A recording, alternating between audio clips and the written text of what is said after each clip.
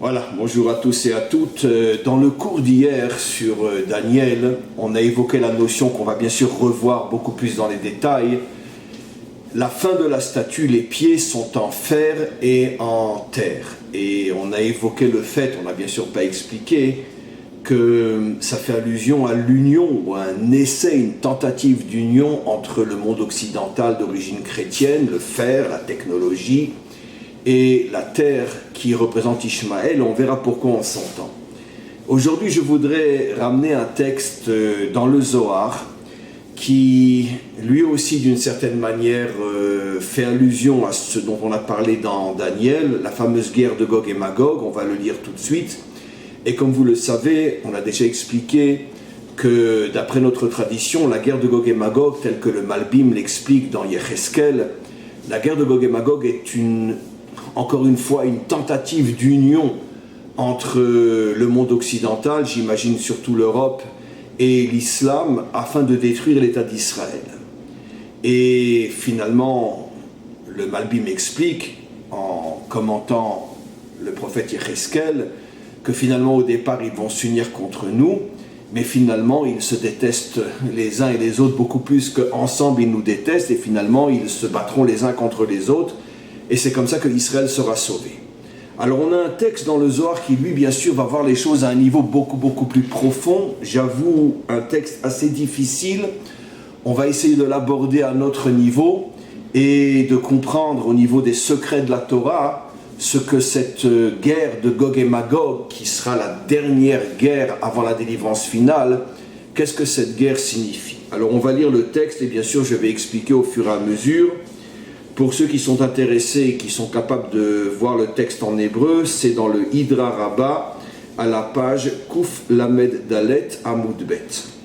Alors, Be'aou Zimna, en ce temps-là, Bezman Aoudaïnou Latid Lavo, juste avant la délivrance finale, Bemilchemet Gog ou Magog, quand il y aura la guerre de Gog ou Magog, Kseitasfu Kol Agoyim El Yerushalayim La Milchama, tous les peuples se rassembleront. Et encore une fois, selon le Malbim, le monde chrétien et le monde musulman essentiellement, tous les peuples se rassembleront pour attaquer Jérusalem, c'est-à-dire donc pour faire tomber Israël, Jérusalem étant la capitale d'Israël. En faisant tomber Jérusalem, c'est l'intention de faire tomber Israël. Deit Ar Atik Yamin, on va lire un petit peu et on va expliquer. À ce moment-là, pourquoi il y aura cette attaque? Alors bien sûr d'après les secrets profonds du Zohar, Deit Ar Atik Yomin, parce qu'en cette période-là se réveillera, commencera à se dévoiler la dimension du divin qui est appelée dans le Zohar Atik Yomin, c'est-à-dire celle qui est au-dessus du temps, qui est complètement, on pourrait dire, déconnectée du temps. Je vais expliquer, ne vous inquiétez pas. Betikuna de Leila. Parce que dans les mondes supérieurs, encore une fois, ce que l'on appelle Atik Yomin, cette dimension du divin déconnectée du temps commencera à se dévoiler. Certainement que les nations commenceront à ressentir que la délivrance est proche et elles essayeront de donner un dernier coup à Israël pour empêcher la délivrance finale.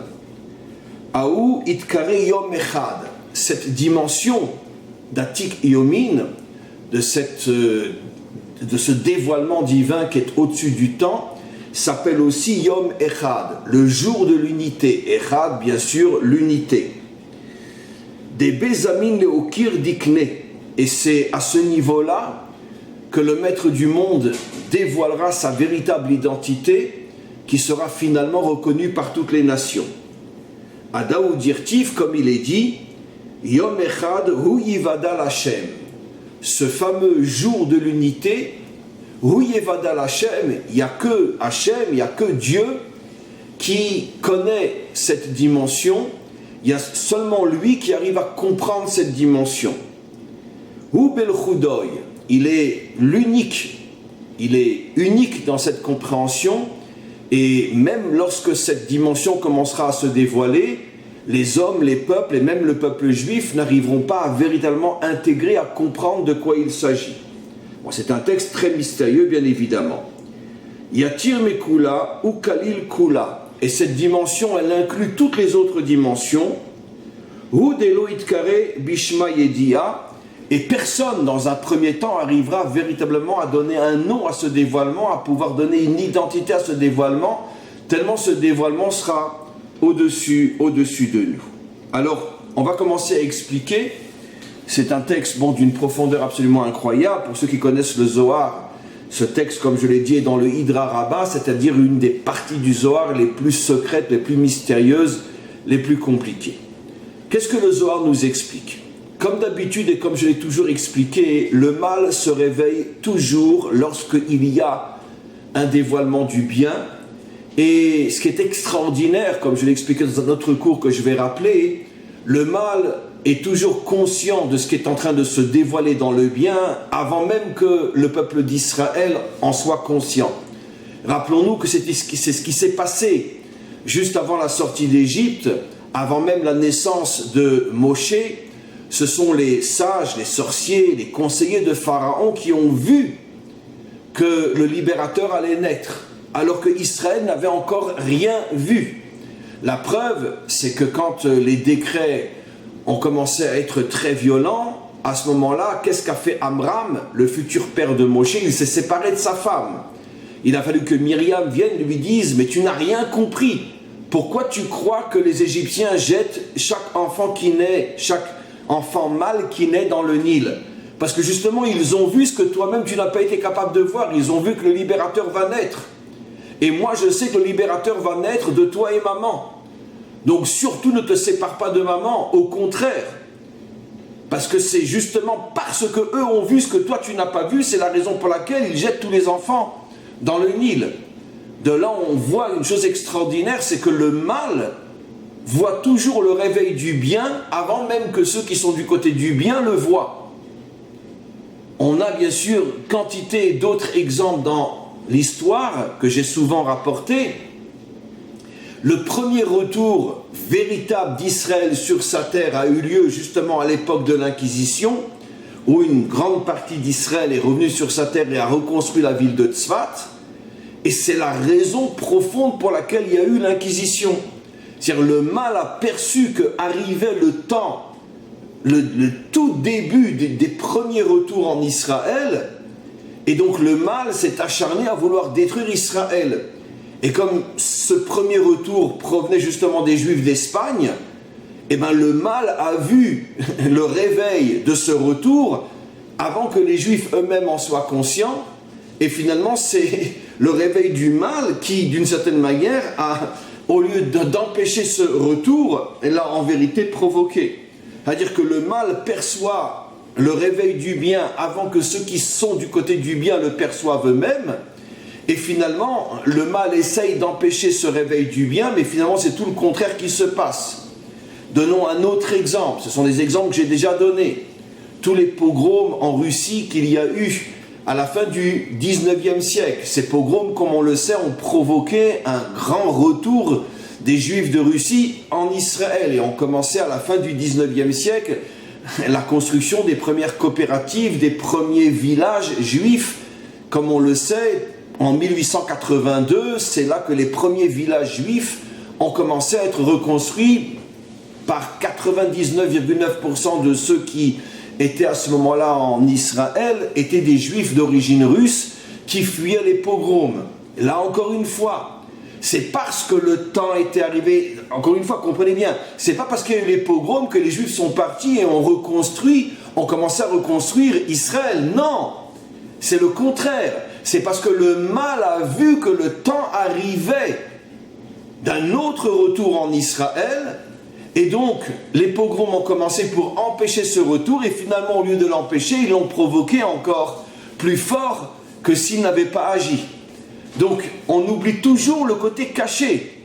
C'est pas l'Inquisition qui a fait que des Juifs sont repartis en Israël et ont construit Tzfat, c'est parce que le mal sentait que le temps du premier retour était arrivé, et donc, ils ont essayé de l'empêcher, et finalement, ils l'ont provoqué.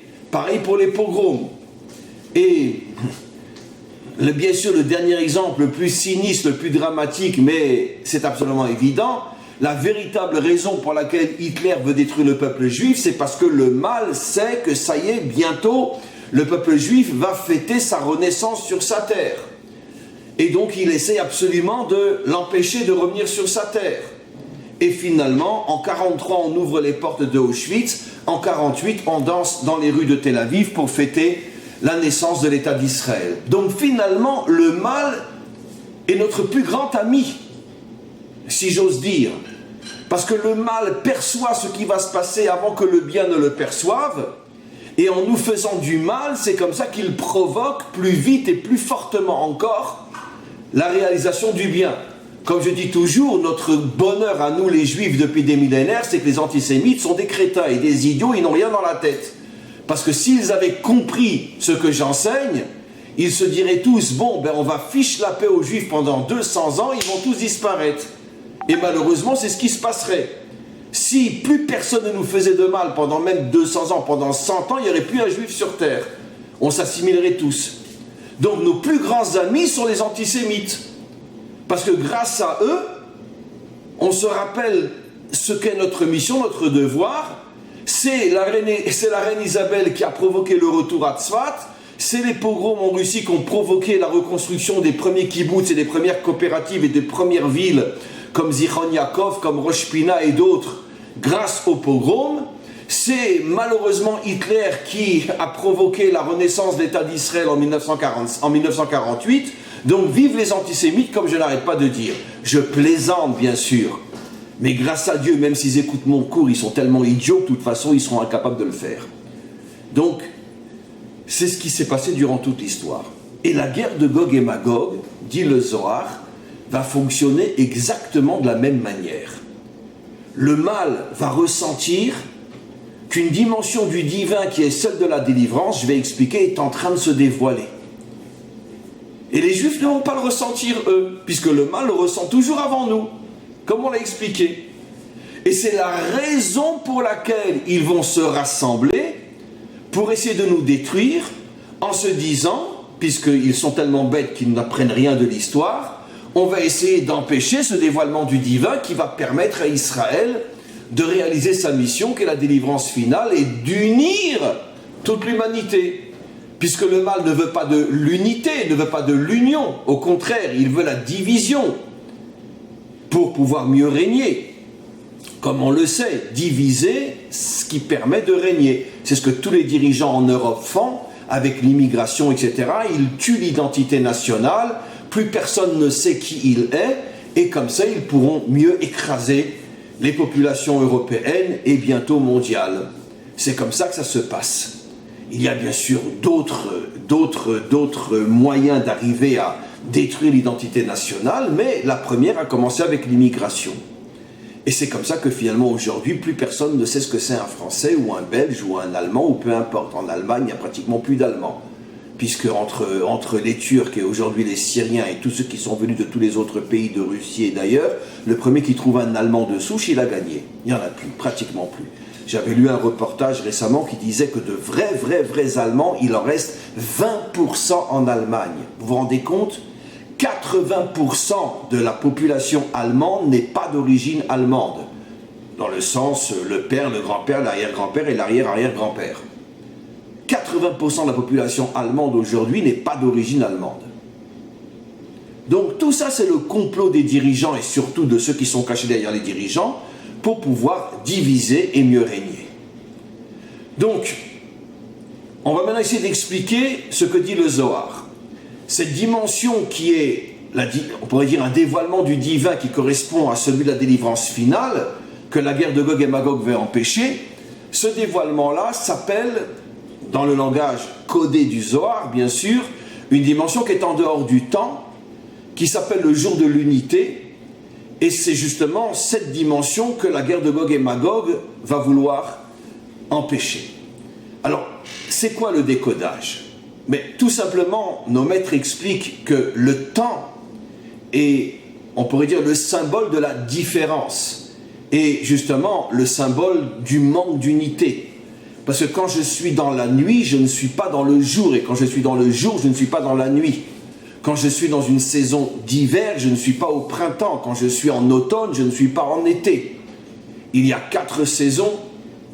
Il y a aussi, d'une certaine manière, dans une journée, il y a aussi 4 parties. puisqu'il y a le matin jusqu'à midi, il y a midi jusqu'au soir, et le soir jusqu'à minuit, et de minuit jusqu'au matin. Vous voyez, on retrouve le chiffre 4. 4 saisons, 4 moments dans le temps, et il y a aussi 4 dimensions dans l'espace. Quand je suis au nord, je ne suis pas au sud. Quand je suis à l'est, je ne suis pas à l'ouest. Le chiffre 4 est le symbole de la division. Et dans tous les autres domaines, si je suis un minéral, je ne suis pas un végétal. Si je suis un végétal, je ne suis pas un animal. Si je suis un animal, je ne suis pas un humain. Encore une fois, les 4 niveaux.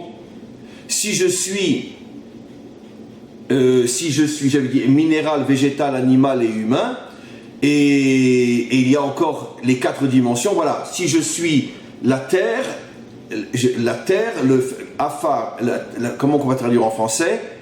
Bon, c'est encore une autre manière de redire la même chose. Il y a ce qu'on appelle la terre, le feu, l'énergie, l'air et l'eau. Voilà, les 4 autres dimensions. C'est-à-dire l'eau, le feu, l'air et la terre. Encore 4 autres dimensions. Donc le chiffre 4 est le symbole de toutes les divisions qu'il y a dans le monde. Je ne peux pas être en même temps de l'eau et du feu. Je ne peux pas être en même temps un végétal et un animal. Je ne peux pas être en même temps être au sud et au nord. Je ne peux pas être en même temps être dans la nuit et dans le jour. Donc le temps et l'espace symbolisent toutes les différences qu'il y a dans le monde, et ces différences ne peuvent pas s'unir, puisqu'encore une fois, je ne peux pas être là et là en même temps. Donc pour pouvoir unir toutes ces différences, maintenant on comprend le décodage du Zohar, doit se dévoiler une dimension qui est en dehors du temps, et qui, comme le dit le Zohar, qui unit toutes les différences, parce que justement, celui qui est en dehors des différences peut unir les différences. Comme j'explique constamment, même à l'intérieur de notre peuple, qui est divisé en je ne sais combien et combien, comme toute l'humanité, de mouvements et de sous-mouvements et de sous-sous-mouvements. Sur le plan politique, je suis à droite ou je suis à gauche. Je ne peux pas être à la fois à droite et à gauche. Sur le plan religieux, est-ce que je suis un chassid ou je ne suis pas un chassid? Et si je suis un chassid, est-ce que je suis un chassid Chabad ou un chassid Breslev? Et quantité d'autres chassidoutes.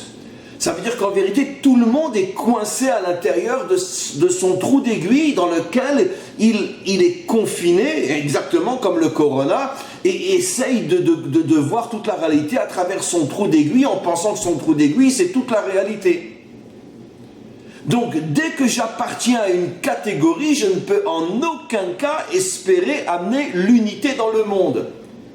Il faut que se dévoile une dimension qui est au-dessus de toutes les différences. C'est ça le décodage du Zohar qui explique que va se dévoiler ce qu'on appelle Atik Yamin, ce qui est en dehors du temps. Pourquoi en dehors du temps? Parce que le temps est l'un des symboles des différences. Si je suis en hiver, je ne suis pas en été. Donc il faut une dimension qui refuse de s'enfermer dans une catégorie.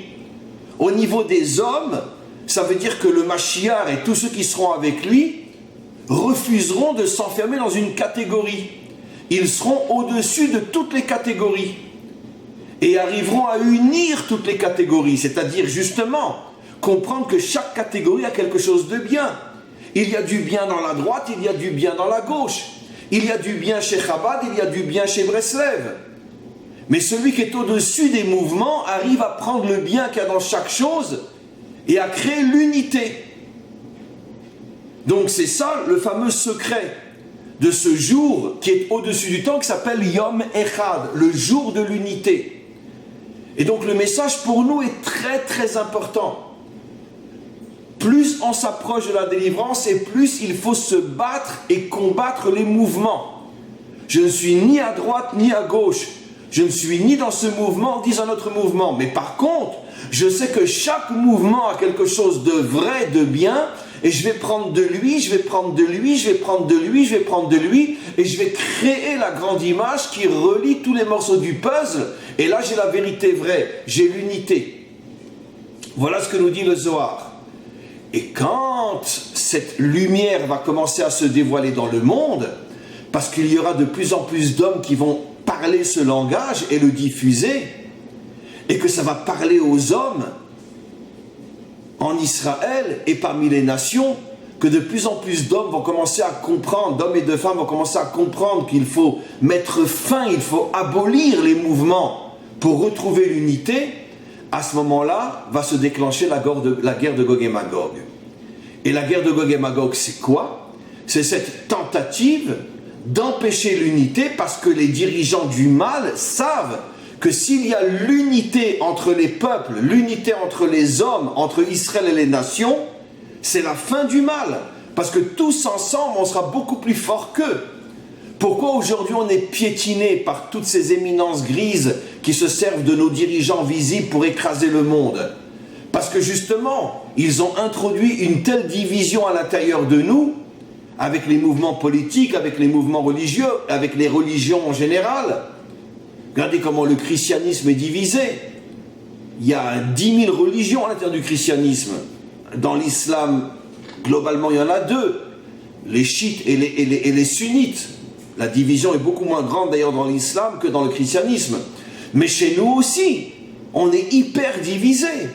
Parce que chaque tendance, chaque mouvement a son rave, a son rabbi, a sa manière de voir les choses.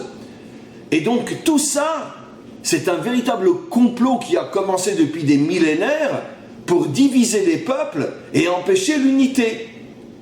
Donc quand vont commencer à se réveiller dans le monde, et ça va commencer en Israël, des hommes qui ne parlent que d'unité, à ce moment-là, le mal va commencer à avoir peur, et ils vont tout faire pour empêcher cette unité, et ils vont comprendre que puisque le projet de l'unité vient d'Israël, il faut détruire Israël de manière à ce que plus personne ne pourra être un.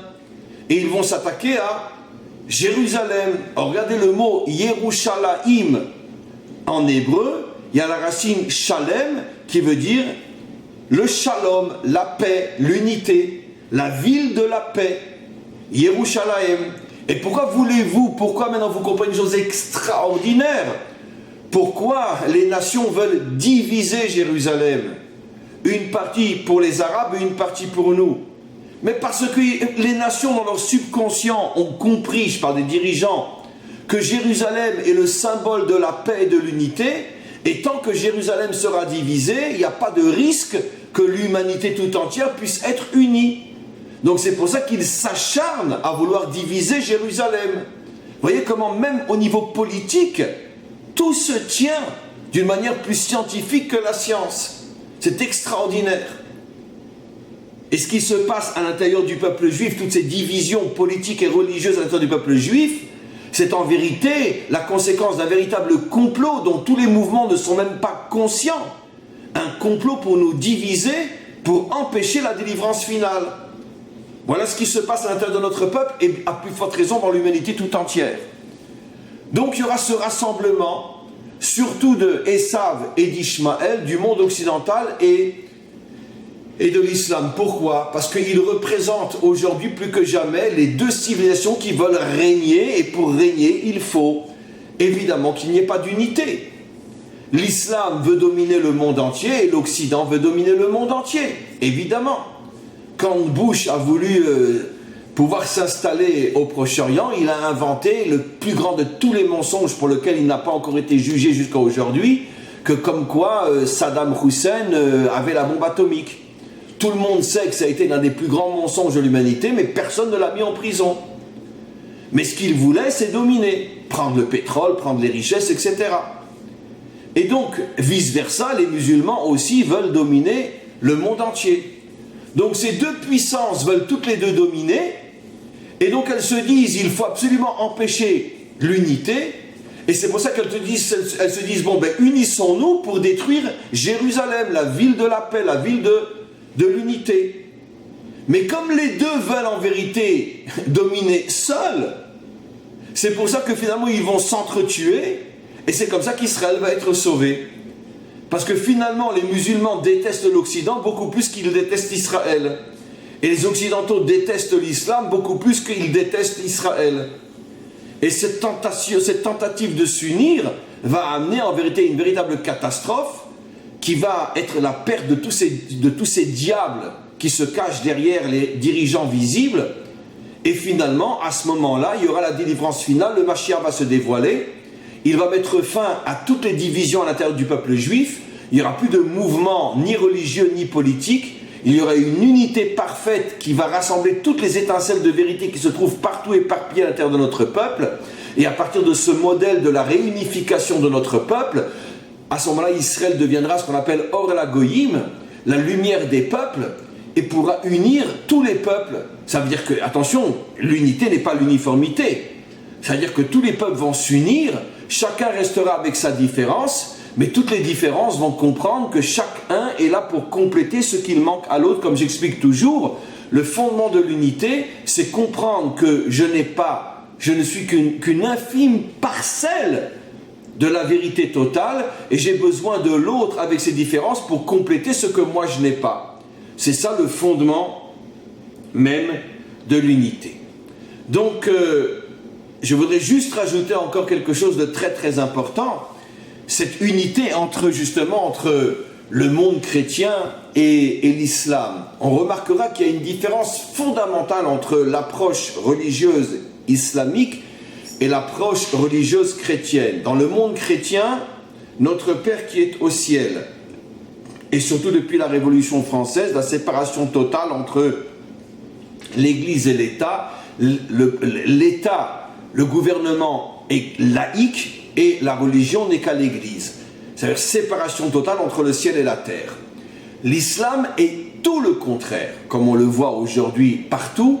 Ça veut dire là où l'islam elle a le pouvoir, elle a la force, elle a aussi le pouvoir. En Iran, en Arabie Saoudite, et partout où l'islam a la force de s'imposer, elle prend tout de suite les rênes du gouvernement. Pourquoi? Parce qu'il y a, on pourrait dire entre l'islam et la chrétienté, une opposition extrême. C'est que le chrétien voit surtout Dieu dans le ciel, alors que le musulman voit Dieu surtout sur terre. Et c'est pour ça que si Dieu est sur terre, automatiquement, pour que la religion musulmane puisse se développer, elle doit forcément tenir le politique entre les mains. D'ailleurs, il y a un proverbe qui dit que l'islam sans le politique, ce n'est plus l'islam. C'est un islam en exil ou repoussé. Mais c'est inconcevable l'islam sans la dimension politique aussi, à l'extrême opposé du christianisme. Donc c'est aussi la raison pour laquelle c'est absolument impossible qu'ils puissent s'unir. Et c'est le plus beau cadeau qu'Hachem a fait au peuple juif, et à travers nous, l'humanité tout entière, parce qu'on ne peut pas unir des gens qui ont une vision qui est à l'extrême opposé. Là, ce n'est pas qu'ils se complètent, c'est qu'ils s'autodétruisent. Parce que le musulman voit la séparation entre l'Église et l'État comme un crime.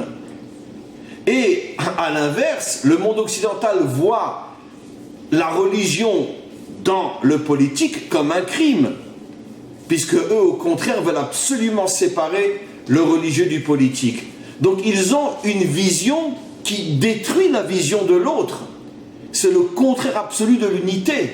Qu'est-ce que c'est l'unité? C'est que moi, il me manque quelque chose que toi tu as, et qui va me compléter. Pas me détruire, me compléter, comme un homme et une femme dans le couple. L'homme a des qualités que la femme n'a pas, la femme a des qualités que l'homme n'a pas, et les deux doivent comprendre que l'un a besoin de l'autre. Mais l'islam et le monde chrétien, ce sont deux antagonismes qui ne pourront jamais s'unir, puisque chacun a une vision qui est la destruction de la vision de l'autre. Et c'est pour ça que la guerre de Gog et Magog échouera totalement, et le peuple juif et l'humanité tout entière seront sauvés. Be'ezrat Hashem, qu'on ait la possibilité de le voir encore dans notre génération. Amen vechen yeh ratzon.